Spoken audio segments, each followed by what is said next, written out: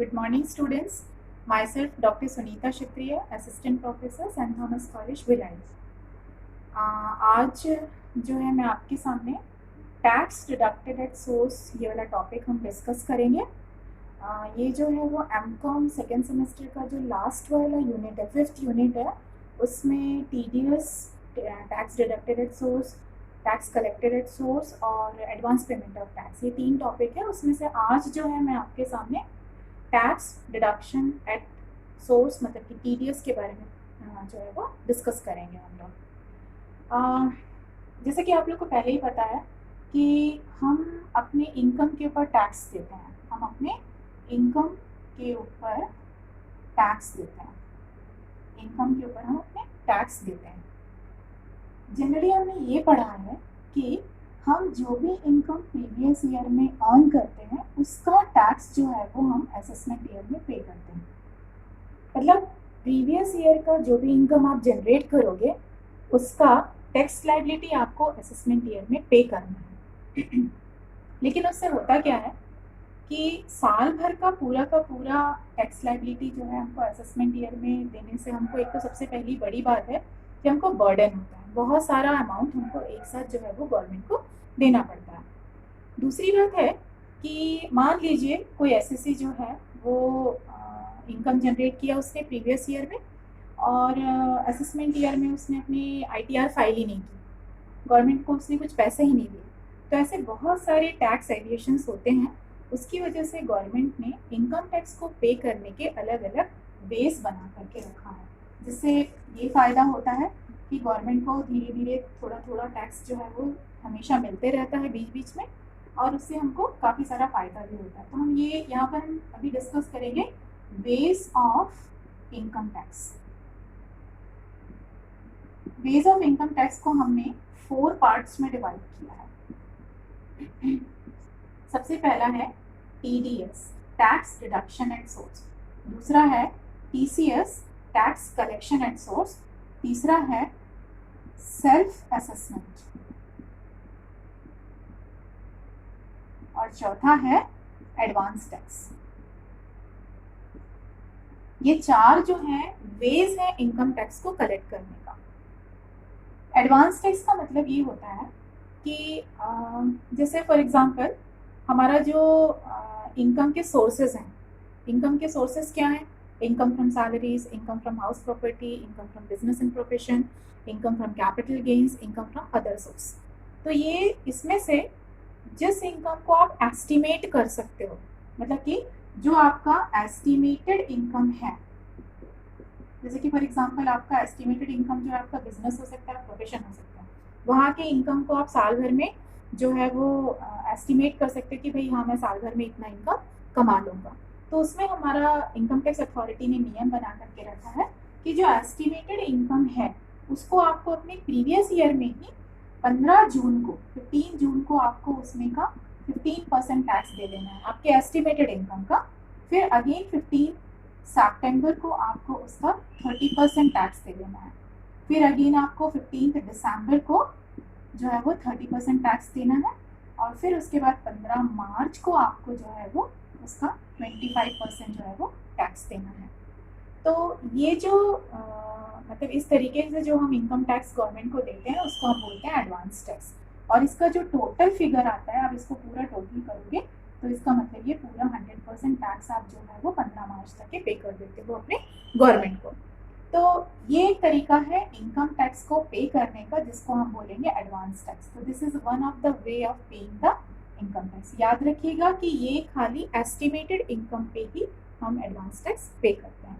दूसरा है जो है वो सेल्फ असेसमेंट। सेल्फ असेसमेंट अब भी हमने डिस्कस किया कि प्रीवियस ईयर में जो भी आप इनकम साल भर में जो भी आप अर्न करते हो उसका पूरा कैलकुलेशन करके आप असेसमेंट ईयर में उसका जो है वो प्लस माइनस करके हम जो भी पेमेंट करते हैं उसको हम बोलते हैं सेल्फ असेसमेंट।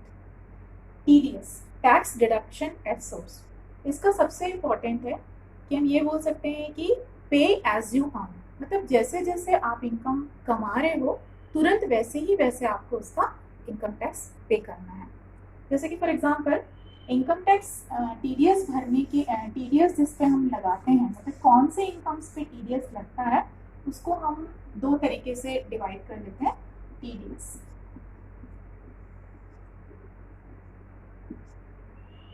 टीडीएस में जैसे कि इनकम फ्रॉम सैलरीज,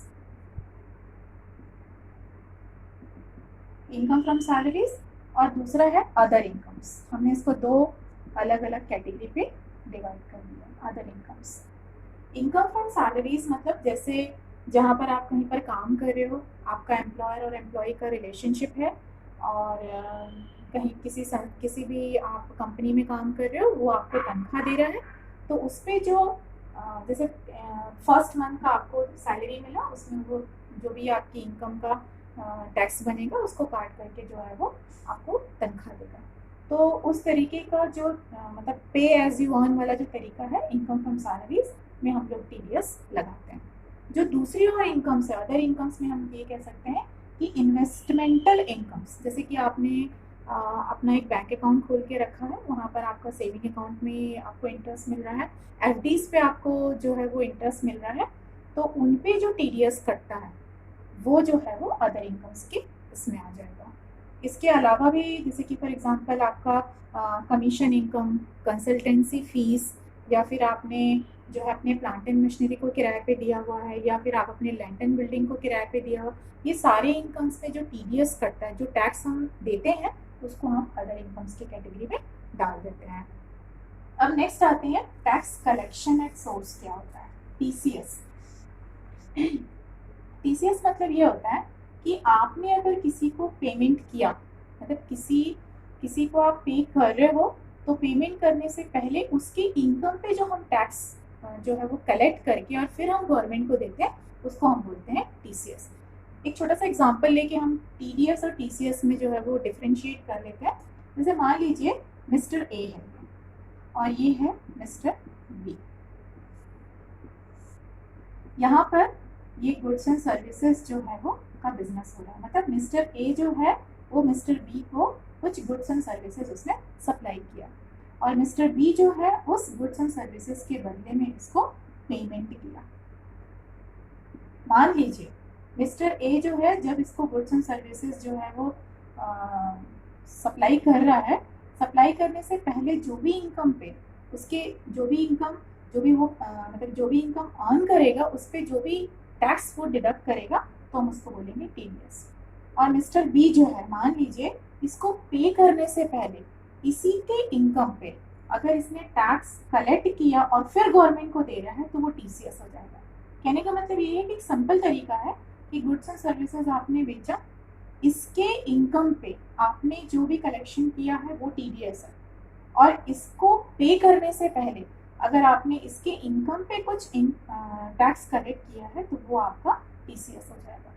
तो this is the basic difference between TDS and TCS. मतलब टैक्स आप जो है वो किसी के इनकम से पहले आप माइनस करके फिर उसको पेमेंट कर रहे हो, और किसी को इनकम देने से पहले उससे टैक्स कलेक्ट कर रहे हो, फिर आप उसको दे रहे हो, वो टीसीएस होता है। तो this is a basic difference between TDS and TCS.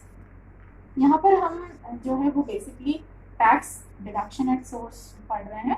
तो टैक्स डिडक्शन एट सोर्स को और सिंप्लीफाई तरीके से समझने के लिए हम एक एग्जांपल ले लेते हैं। जैसे मान लीजिए ये बैंक है,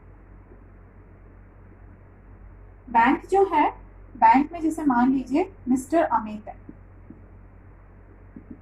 मिस्टर अमित ने अपने इस बैंक में 20,000 रुपीज का जो है वो 2 लाख रुपए का एक इन्वेस्टमेंट किया है, जिसमें साल भर में 20,000 रुपीज जो है उसको एज अ इंटरेस्ट मिल रहा है। तो इस इंटरेस्ट पे बैंकर क्या करेगा कि इस इंटरेस्ट पे 10% टीडीएस काटेगा, और फिर टीडीएस काट करके मतलब कि 20,000 रुपये में 2,000 रुपये माइनस करके 18,000 रुपये उसके अकाउंट में क्रेडिट करेगा। तो क्या हुआ कि अमित का जो इनकम हो रहा था 20,000 रुपये, उसमें 10% टीडीएस माइनस करके ही उसने 18,000 रुपये उसके अकाउंट में क्रेडिट किया। तो ये हो गया आपका मतलब कि किस तरीके से बैंकर जो है वो मिस्टर अमित के इन्वेस्टमेंट मतलब इंटरेस्ट इनकम पे कैसे उसने टीडीएस काटा, और ये टीडीएस काट करके जो है वो गवर्नमेंट को पे कर देता है। गवर्नमेंट को पे करेगा और वो भी कौन से मतलब फॉर्म में करेगा, फॉर्म नंबर 16A पे करेगा।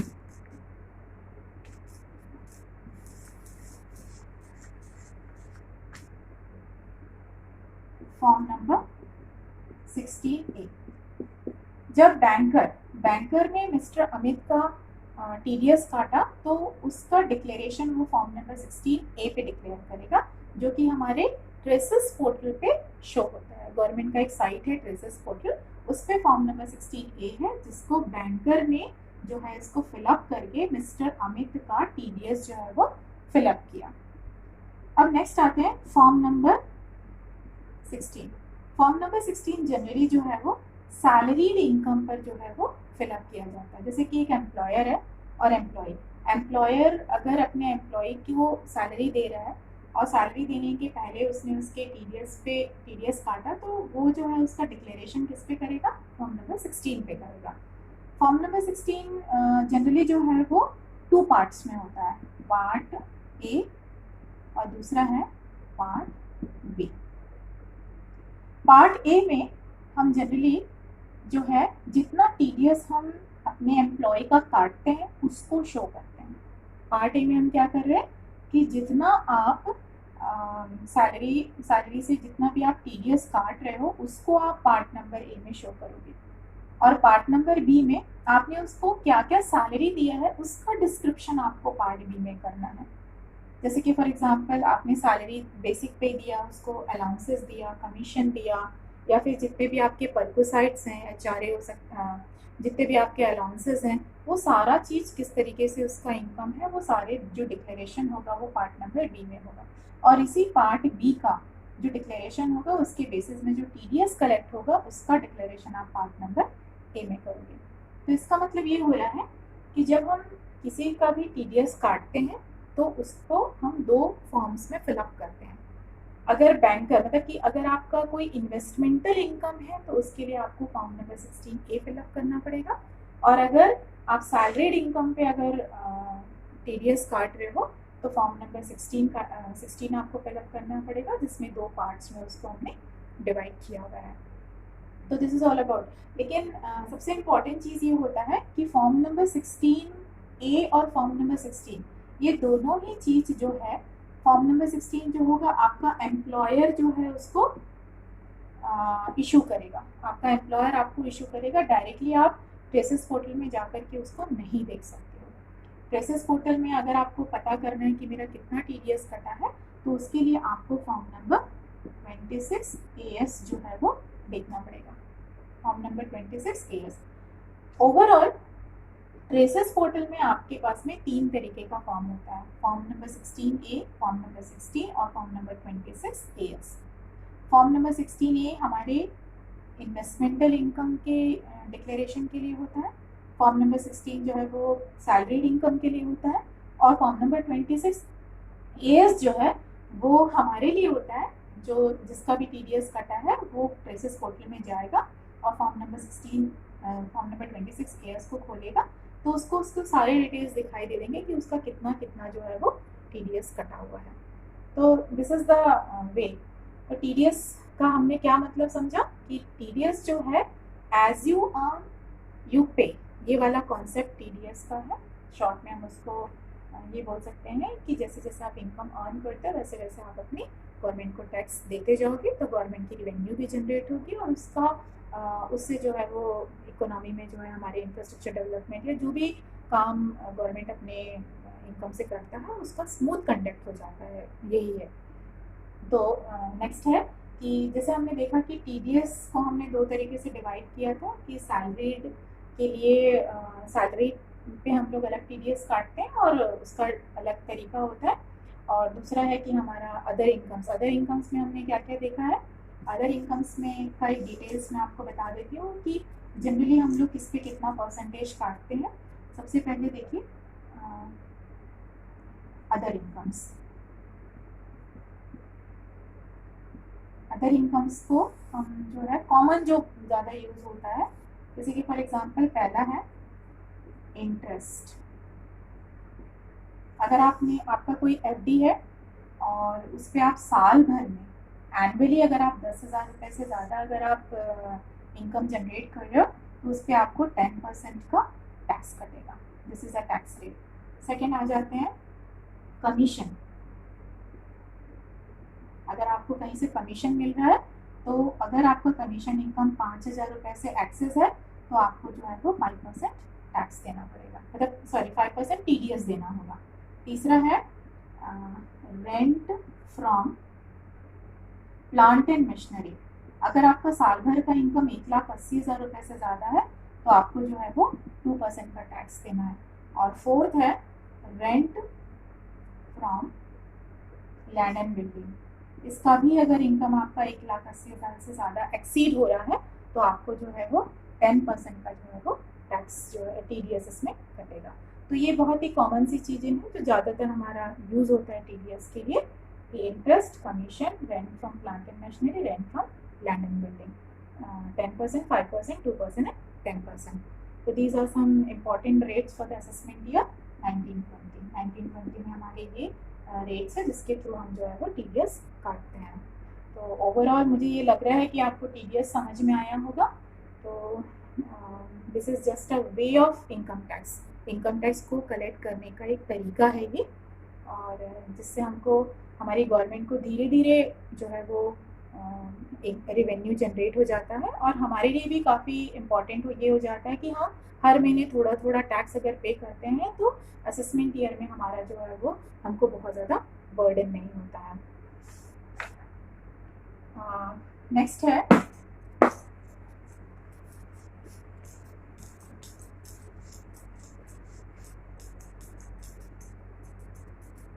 फाइनली ये होता है कि जैसे हम लोग प्रीवियस ईयर में फाइनली आपने जितना भी इनकम जनरेट किया आपने अपने असेसमेंट ईयर में उसका पूरा का पूरा जो है वो कैलकुलेशन किया। कैलकुलेशन करने के बाद में जैसे मान लीजिए आपने TDS भी पे किया है, आपने जो है वो TCS भी पे किया है, और आपने कुछ एडवांस पेमेंट ऑफ टैक्स भी पे किया है, आपने एडवांस पेमेंट भी किया है टैक्स का। तो हम क्या करते हैं कि पूरा प्रोसीजर को फॉलो करके सबसे पहले हम अपनी एक्चुअल टैक्स लायबिलिटी कैलकुलेट करेंगे। और अगर मान लीजिए आपका कुछ TDS है, जैसे मान लीजिए आपका पूरा जो है वो असेसमेंट ईयर में आपकी टैक्स लायबिलिटी मान लीजिए 1 लाख रुपीज़ आती है, 1 लाख रुपीज़ आ रहा है, आपका TDS मान लीजिए 20,000 रुपये है, आपका TCS मान लीजिए 20,000 रुपये है, और एडवांस पेमेंट जो है वो 50,000 रुपये है।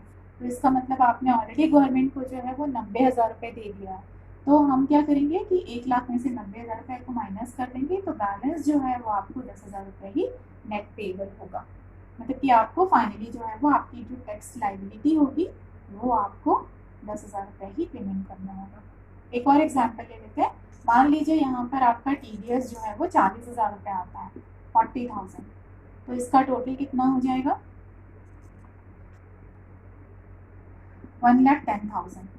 ठीक है, तो यहाँ पर आपका एक्चुअल टैक्स लायबिलिटी 1 लाख आया और आपने गवर्नमेंट को कितना दे दिया है 1,10,000 रुपये। इसका मतलब ये होगा कि ये जो 10,000 रुपये जो एक्सेस फिगर आ रहा है वो गवर्नमेंट आपको रिफंड कर देगी। ठीक है, तो ऐसा नहीं है कि कई बार ऐसा होता है कि आप एक्सेस में अगर इनकम टैक्स दे दिए हो तो फिर उसका आपको जो है वो रिफंड हो जाता है। अगर आपने कम दिया है तो उसके बेसिस पे आपको उतना टैक्स लायबिलिटी जो है वो देना पड़ेगा गवर्नमेंट को। This is the something small brief description about the deduction of tax at source. Thank you.